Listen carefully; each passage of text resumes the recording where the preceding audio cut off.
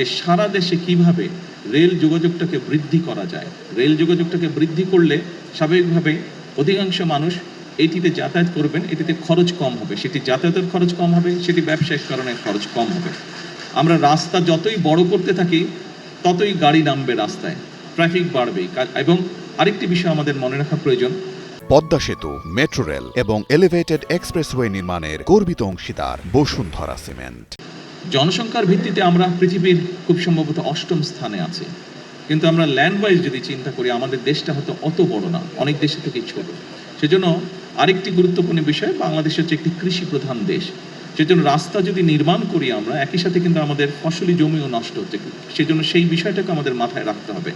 এত বিপুল সংখ্যক জনগোষ্ঠীর খাবার তো আমরা বিদেশ থেকে ইম্পোর্ট করা সম্ভব না, এবং আমরা আলহামদুলিল্লাহ মোটামুটিভাবে খাদ্য স্বয়ংসম্পূর্ণ, কাজে এইটিকেও আমাদের ধরে রাখতে হবে। সেজন্যই অবশ্যই রাস্তার উন্নয়ন, আমরা রাস্তার ক্ষেত্রে যোগাযোগ ব্যবস্থা উন্নয়ন করব, কিন্তু রেলটাকে আমরা ডেভেলপ করতে চাই। স্বাভাবিকভাবেই সিলেটের মানুষ নিশ্চয়ই উৎসাহী হবেন না, খুব ইন্টারেস্টেড হবেন না শুনতে যে ঢাকা রংপুর রেল ব্যবস্থা উন্নতি হচ্ছে। আপনারা নিশ্চয়ই ইন্টারেস্টেড হবেন যে ঢাকা সিলেট বা সিলেট ঢাকার রেল ব্যবস্থা উন্নতি হচ্ছে। আমরা চেষ্টা করছি এই ব্যাপারে, ইনশাল্লাহ এ ব্যাপারে আমরা চেষ্টা করছি যে